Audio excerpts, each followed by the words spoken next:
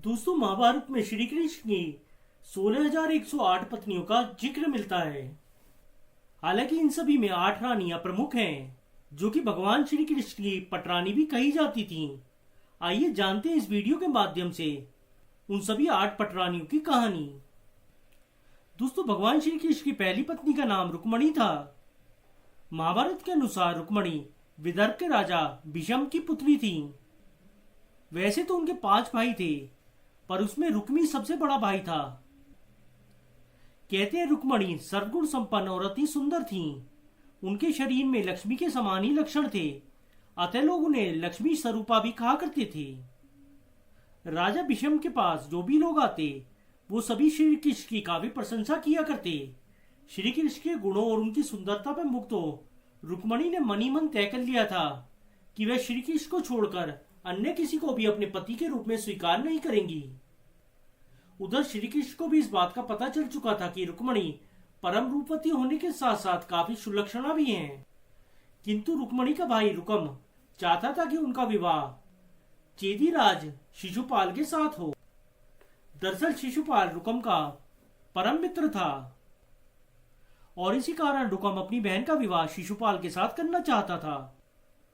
हालांकि रुकम के माता पिता चाहते थे कि रुक्मणी का विवाह श्री कृष्ण के साथ हो, परंतु अपने माता पिता के विरोध के बावजूद रुकम ने अपनी बहन का विवाह शिशुपाल के साथ तय कर दिया और विवाह की तैयारियां भी शुरू कर दी। लेकिन यह बात जब रुक्मणी को पता चली तो वो काफी दुखी हुई और उन्होंने अपना संदेश लेकर एक ब्राह्मण को द्वारका में भगवान श्री कृष्ण के पास भेजा। श्री कृष्ण जानते थे कि रुकम और शिशुपाल इस विवाह को कभी भी नहीं होने देंगे, इसलिए उन्हें रुक्मणी का हरण करना पड़ा और हरण के बाद उन्होंने रुक्मणी से विवाह किया।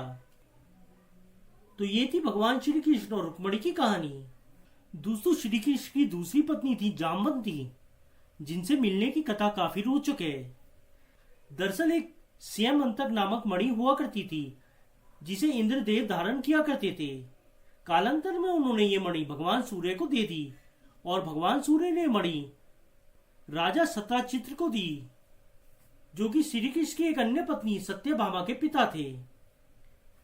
एक समारोह के दौरान श्री कृष्ण ने राजा सत्यजित से यूं ही कह दिया कि उन्हें इस मणि को अक्रूर जी को प्रदान कर देना चाहिए, लेकिन राजा ने इससे इनकार कर दिया। बाद में राजा सत्यजित ये मणि अपने देवघर में रखकर कहीं चले गए। वहां से यह मणि पहनकर उनका भाई प्रसेनजीत आखेट के लिए चला गया। जंगल में उसे और उसके घोड़े को एक शेर ने मार दिया और मणि अपने पास रख ली। शेर के पास मणि देखकर जामवंत जी ने शेर को मारकर मणि उससे ले ली और उस मणि को अपनी गुफा में लेकर चले गए। बाद में उन्होंने इस मणि को खिलौने के रूप में अपने बेटे को दे दी, परंतु ये सभी बातें राजा सत्यजित को नहीं पता थी। तो इस कारण उन्होंने भगवान कृष्ण पर अप्रत्यक्ष रूप से यह आरोप लगा दिया कि उन्होंने ये मणि चुराई है और इसके लिए उन्होंने उसके भाई को भी मारा है। इस कारण राज्य भर में श्री कृष्ण की बदनामी होने लगी। तब भगवान श्री कृष्ण इस मणि को हासिल करने के लिए निकले और ढूंढते ढूंढते वो जामवंत जी तक पहुंच गए। इस मणि को हासिल करने के लिए उन्हें जामवंत जी से युद्ध करना पड़ा। कहते हैं ये युद्ध काफी दिनों तक चला, परंतु जब जामवंत जी वहां पर युद्ध हारने लगे तो उन्होंने अपने प्रभु श्री राम को पुकारा और उनकी पुकार सुनकर श्री कृष्ण को राम स्वरूप में आना पड़ा। तब जामवंत जी को अपनी गलती का एहसास हुआ और उन्होंने भगवान श्री कृष्ण के समक्ष समर्पण कर दिया। उन्होंने मणि तो लौटाई, साथ ही भगवान श्री कृष्ण से निवेदन किया कि आप मेरी पुत्री जामवंती से विवाह कर लें। इस प्रकार जामवंती भगवान श्री कृष्ण की दूसरी पत्नी बनी। भगवान श्री कृष्ण की तीसरी पत्नी है सत्यभामा। कहते हैं जब भगवान मणि लेकर वापस आए और उन्होंने वो मणि राजा सत्यजित को दी तो सत्यजित को बड़ा दुख हुआ। साथ ही उन्हें काफी लज्जा भी आई कि उन्होंने भगवान श्री कृष्ण पर नाहक की हत्या और चोरी के आरोप लगाए। इसके लिए उन्होंने भगवान से क्षमा मांगी और कहा कि मैं अपनी गिलानी मिटाना चाहता हूं, तो इसके लिए मैं अपनी पुत्री सत्यभामा का विवाह आपसे करता हूं। आप उसे स्वीकार कीजिए और इस मणि को भी दहेज स्वरूप रखिए। हालांकि श्री कृष्ण ने मणि तो नहीं रखी, पर उन्होंने सत्यभामा से विवाह कर लिया और इस कारण सत्यभामा भगवान श्री कृष्ण की तीसरी महारानी बनी। दोस्तों, श्री कृष्ण की चौथी पत्नी का नाम है कालिंदी। जब पांडवों ने इंद्रप्रस्थ का निर्माण कर लिया तो श्री कृष्ण पांडवों से मिलने के लिए इंद्रप्रस्थ गए। इस प्रवास के दौरान एक दिन वो अर्जुन के साथ वन विहार के लिए निकले। जिस वन में वो विहार के लिए गए वहां पर सूर्यपुत्री कालिंदी भगवान श्री कृष्ण को अपने पति के रूप में पाने के लिए तप कर रही थी। तब भगवान ने कालिंदी की मनोकामना पूर्ण करने के लिए उसके साथ विवाह किया। इस तरह कालिंदी उनकी चौथी महारानी बनी। दोस्तों, श्री कृष्ण की पांचवी पत्नी थी मित्रविंदा। एक दिन श्री कृष्ण वन विहार के दौरान अर्जुन के साथ उज्जैन नगरी गए। वहां पर राजकुमारी मित्रविंदा का स्वयंवर हो रहा और स्वयंवर में उसने भगवान श्री कृष्ण को वर के तौर पर पसंद किया। इस तरह वो उनकी पांचवी महारानी बनी।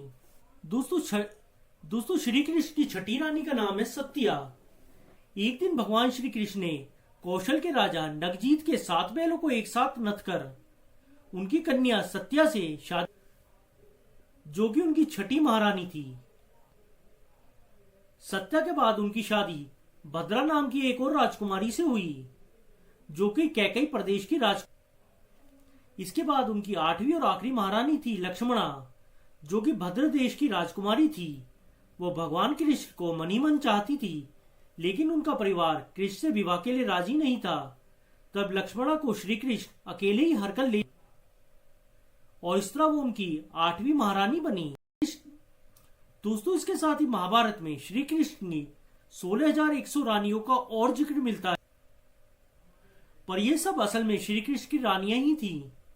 इसके अलावा दरअसल नरकासुर ने इन सभी को बलि के उद्देश्य से कैद कर रखा था, और जब श्री कृष्ण ने नरकासुर का वध किया और इन सभी को आजाद किया तो ये सब कन्या कहने लगी कि अगर वो घर वापस लौटती हैं तो समाज में उन्हें कोई नहीं अपनाएगा। तब श्री कृष्ण ने उन सभी को आदर और सम्मान देने के लिए उन सभी से विवाह किया और उन्हें अपनी रानी का दर्जा। तो दोस्तों, ये थी भगवान श्री कृष्ण की 16,108 रानियों की कहानी। उम्मीद करते हैं आप सबको ये कहानी पसंद। ऐसी और वीडियोस देखने के लिए आज ही हमारा चैनल सब्सक्राइब कर लें।